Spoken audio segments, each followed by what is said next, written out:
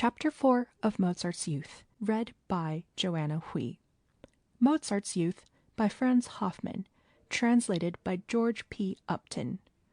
At the Imperial Court. The reputation of the family had preceded them, and greatly to their advantage, for the nobility of Vienna were enthusiastically interested in them.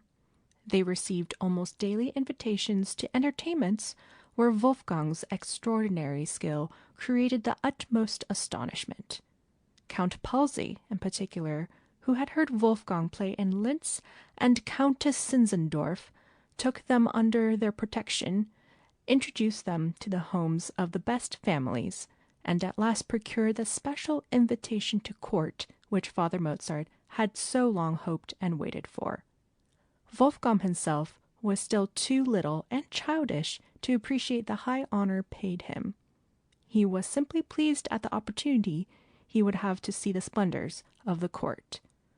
As to the playing, he relied upon his skill and courage, which had never yet failed him. Presentation day came. At 3 o'clock in the afternoon, the royal equipage was at the door, and Baron von Stauffen, His Majesty's private treasurer, invited the family to take seats in the elegant state coach. Little Mozart's heart beat more quickly as he rode through the streets of the court quarter. A few minutes later he was in the antechamber of Her Majesty the Empress, waiting the moment which should reveal to him all the glories of her court. That moment quickly came. The folding doors of the music hall were thrown open.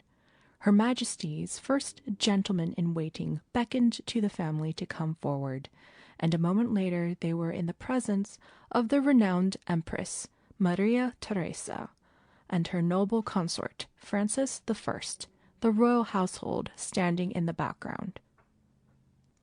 Wolfgang had never seen such splendor before. He was in a rich and brilliantly decorated hall, with silken tapestries, tall mirrors and glistening gold frames, heavy silken curtains, and polished inlaid floor. In a chair a little above the rest, over which glistened a golden crown, sat a majestic woman, the Empress. At her side stood the princes and princesses, and a little farther on the Emperor, leaning against a beautiful piano. Wolfgang cast hardly more than a fleeting glance at the splendor all about him. His gaze was fixed upon the Empress, whom he regarded for some time with childish love and reverence. The little Archduchess Marie Antoinette, afterwards the unhappy spouse of Louis XVI of France, with her beautiful curly head resting upon her mother's arm, watched Wolfgang with curious eyes. After a little, the Emperor advanced to Wolfgang and led him to the Empress, who outstretched both hands with true maternal tenderness, and greeted him with a gracious smile. Although 45 years of age at this time, she was still a very beautiful woman, and one whose fascinating manners could not help making a deep impression upon the susceptible young artist. "And so you are the little piano player of whom we have heard so much," said she. "Yes," replied Wolfgang as naturally and as unembarrassed as if he were talking with his own mother. "It is true I am only a child, but notwithstanding that I can play the piano, as I shall be very glad to prove to the Lady Empress." The easy and familiar manner in which Wolfgang addressed the august lady nearly paralyzed the courtiers, who were accustomed to the most rigid etiquette, but the Empress was not in the least offended with his childish frankness. On the other hand, she appeared pleased with this sincere, cordial, and informal artist nature. "Oh, yes, child," she kindly said, "but are you so sure of all this? I warn you there are several persons behind us who know a great deal about music, and they will criticize you pretty severely." "Those there?" replied Wolfgang, turning a little to one side and casting a sharp glance at the brilliant assemblage. "Those?" he repeated, shaking his head contemptuously. "No, Lady Empress, Begging your pardon, they do not look as if they were good musicians. Certainly not." "And why not, you saucy boy?" said the Empress, restraining a smile with some difficulty. "Well, they don't show any signs of it, your Majesty. They are altogether too stiff." At this naive reply, which nearly threw the whole royal train into a panic, Maria Theresa could no longer restrain herself.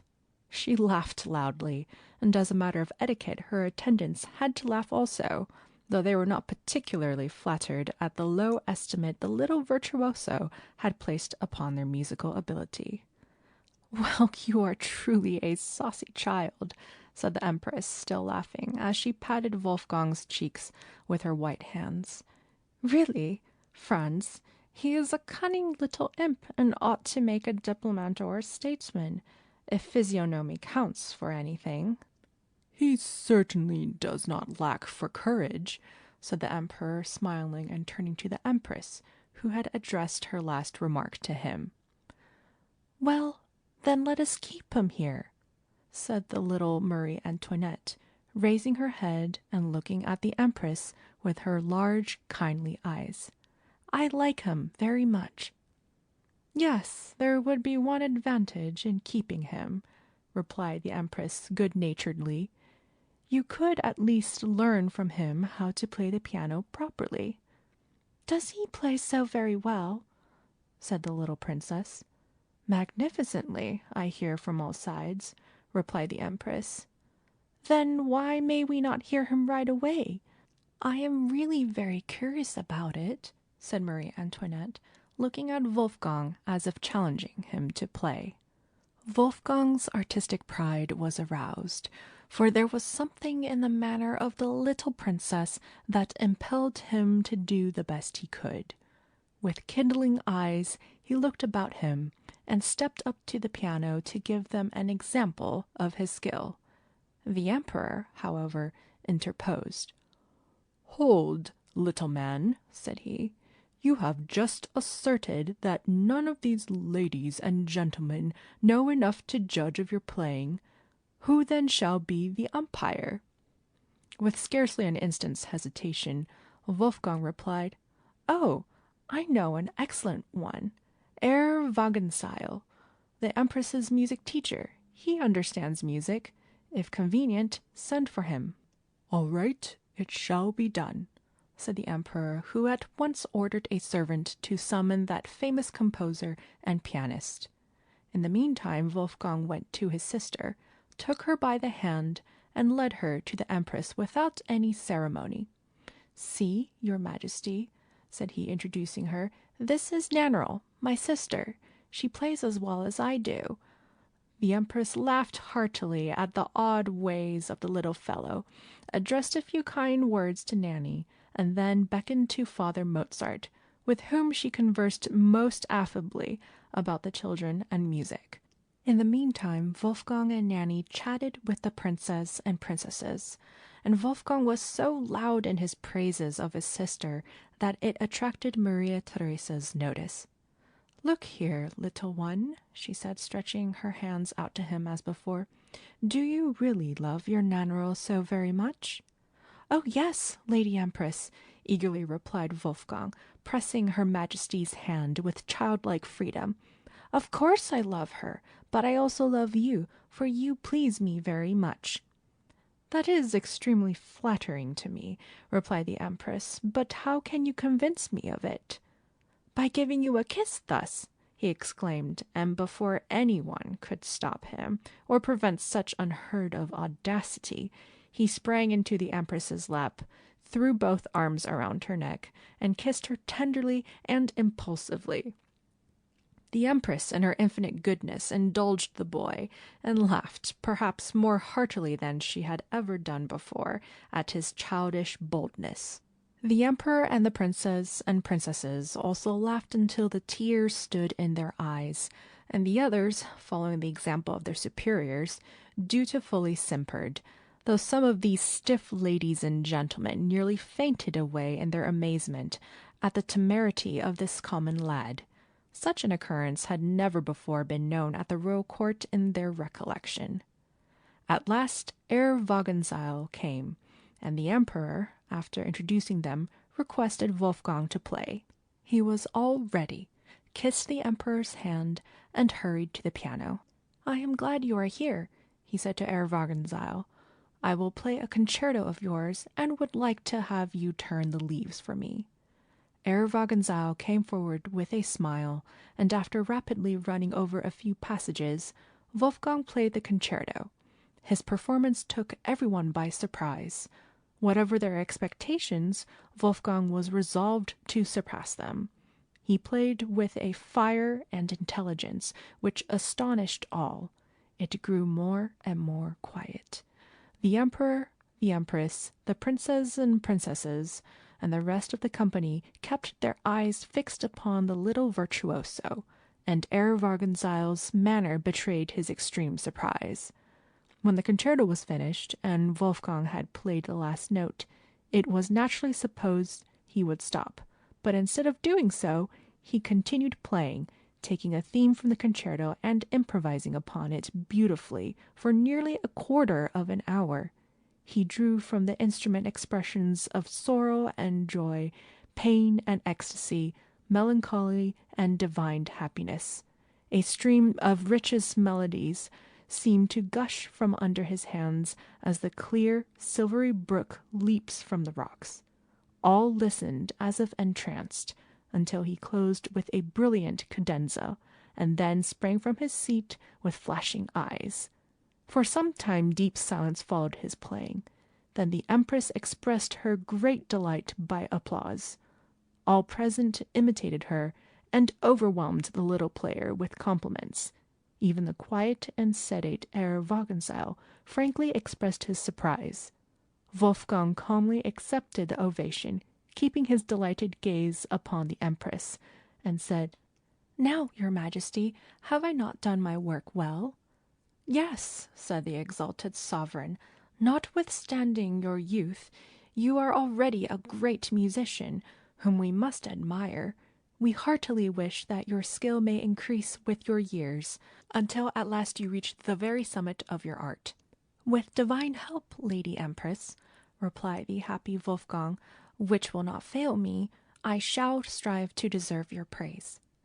Nanny also played, revealing surprising skill for one so young, but in reality she had neither the intellectual nor the artistic ability of her brother, and consequently had to be satisfied with less enthusiastic applause from the audience. During a pause in the music, the empress turned to Father Mozart and said, "I sincerely congratulate you that you have these children. They are a gift from heaven, such as is rarely vouchsafed to man. Educate them well, so that their fine natural ability may be developed and produce the highest results." While the vice-chapelmeister was assuring Her Majesty upon the point, there was a sudden outburst of merry laughter near her. She turned with an expression of surprise and displeasure. Her rising anger, however, was dispelled when the emperor came forward and said with a smile, "This Wolfgang is a witty genius. I asked him whom he considered the greatest musician in the past, and he replied, 'The trumpeter who blew down the walls of Jericho.'" The empress could not help laughing at the droll answer. The emperor continued, "I may not succeed, but I am going to try to catch him. Look here, Wolfgang, I acknowledge that you have played very beautifully, but you have done it with all 10 fingers, and that is not much of a feat. Show us what you can do with 1 finger, or with the keyboard covered, then we can tell whether you really are a true musician." "All right," replied Wolfgang. "I have never tried either way, but I will." Saying this, he went to the piano again and skillfully executed some very difficult passages with 1 finger. Then he covered the keyboard with a cloth and played some charming little pieces as clearly and accurately as if he had always practiced them that way. "He is a little magician," said the astonished emperor, "and so skillful that he compels you to admire him, whether you will or not." The audience over, the Mozart family took leave of the royal family in the most friendly manner. The Empress gave Wolfgang and Nanny 2 beautiful diamond rings and graciously expressed her satisfaction to Father Mozart. "Your children have delighted me," said she, "and I hope we may see them again ere long." Delighted with her condescension, Father Mozart and the children returned home and blessed the day which had been so happy and fortunate for them. But still greater joy and surprise were in store. Some days after the presentation, the royal equipage again drove up, and the private treasurer, Baron Stauffen, brought instructions and gifts from the Empress. Father Mozart received 100 ducats, and each of his children an elegant costume which had been made for some of the little royal highnesses. They were also invited by the Baron, in the name of the Empress, to the imperial table for that day, of course only as spectators, to witness the pomp and ceremony of a state dinner. "Her Majesty, our exalted Empress, desires that the children shall appear in these court dresses," said the Baron, "and will send a carriage at 6 o'clock to bring you all to the castle." Thereupon he took leave with a stiff bow, for he was an exceedingly ceremonious person, and in fact was somewhat displeased that he had to come in contact with these common persons at the command of his royal mistress. The Mozart family, however, did not trouble themselves in the least about his high mightiness. They were all delighted at the graciousness of the Empress, who had shown them so many delicate attentions. The children were dressed and all ready at 5:30, and looked charming. Wolfgang strutted about the room with mock dignity in a lily-colored waistcoat with broad gold borders, while Nanny admired her beautifully embroidered white silk dress in the mirror with expressions of delight. The carriage drove up at the appointed time, and a few minutes later the family were in the so-called Golden Hall of the castle, where the highest grandees were to be served at 7 tables. The center table, a little higher than the others, canopied with heavy silk and embroidered cloth of gold, was set apart for the royal family. The others, 3 on the right and 3 on the left, were for the royal household. They were not yet assembled, so Wolfgang had time to admire the splendor displayed in the arrangements. Massive gold and silver plate, beautiful sets of china, and superb displays of flowers in vases of the most exquisite designs decorated the tables, while numberless candelabra above shed a brilliant light over all. After a little the folding doors of an adjoining apartment opened, and the Empress and Emperor, surrounded by the prince and princesses of the royal house, entered the dining hall. All present bowed low before the majestic sovereign, who slowly advanced, with a gracious word here and a kindly glance there, and seated herself at table with her immediate circle. A shrill fanfare accompanied the ceremony, signifying also that the rest were to take their places according to their rank and dignity. They were hardly seated when the imperial court chapel, which on these occasions furnished the table music, began playing. The splendid apartment was filled with exquisite melody. Wolfgang, who had never heard such music before, was transported with delight. The moment it began, he forgot all the magnificence around him, and was absorbed in its performance until the last tones softly died away. Then he awoke with a sigh, as if from a dream, and once more realized where he was. At this instant a beautiful voice broke the stillness, and Wolfgang was surprised to hear his name spoken. It was the Empress, who was calling and beckoning to him, much to the astonishment of the company. Though a little surprised himself, Wolfgang knew how to behave. He advanced through the room, carrying his head high, and looking like a little prince in his new costume, ascended with firm step to the royal table, and bowing low to their majesties, stood a few paces away from the Empress.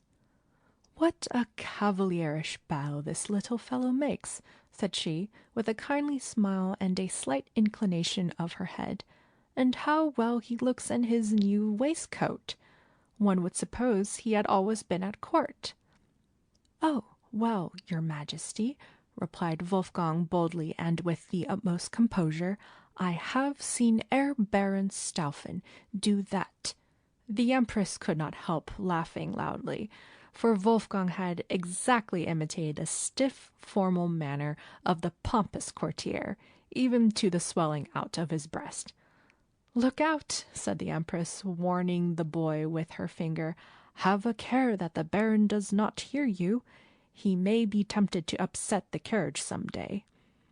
"It is a matter of no consequence if he does hear me, your Majesty," replied Wolfgang, smiling contemptuously, for nothing could tempt him to disarrange his ruffles or break his perfume-box.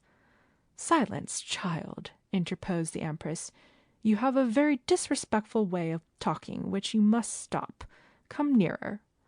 Wolfgang obeyed, and the kind Empress gave him some dainties from her own plate, which he ate with evident relish.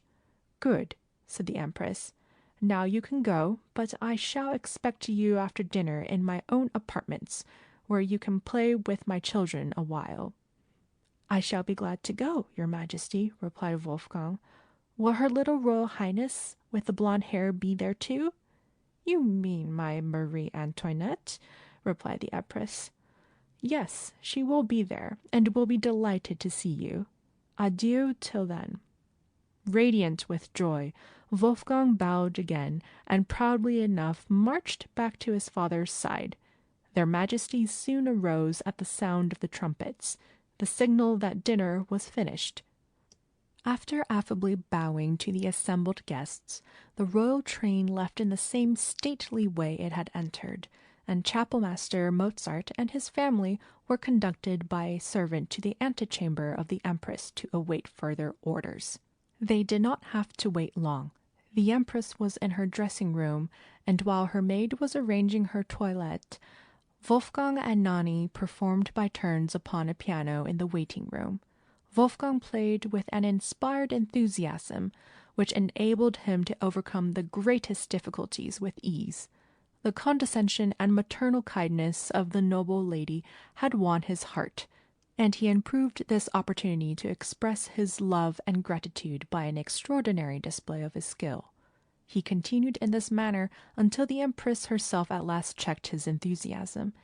"Enough, enough, my child," she graciously said. "We do not wish you to make yourself sick by overdoing. You have again shown us you are a great magician. Now show us that you can be a child among children." The little archduchesses, Elizabeth and Marie Antoinette, who had been listening with delight to Wolfgang's playing, understood their exalted mother's hint, and while she engaged in conversation with Father Mozart and Nanny, they took Wolfgang by the hand and led him through the magnificent staterooms which the Empress usually occupied.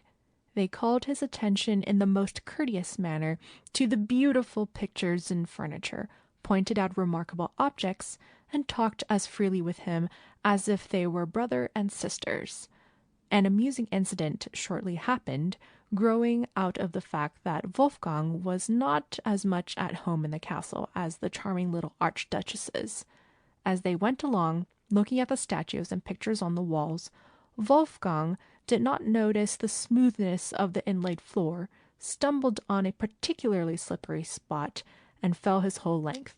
The sight was amusing, so amusing that Elizabeth could not refrain from laughing loudly. Marie Antoinette, on the other hand, did not see the laughable side of the mishap.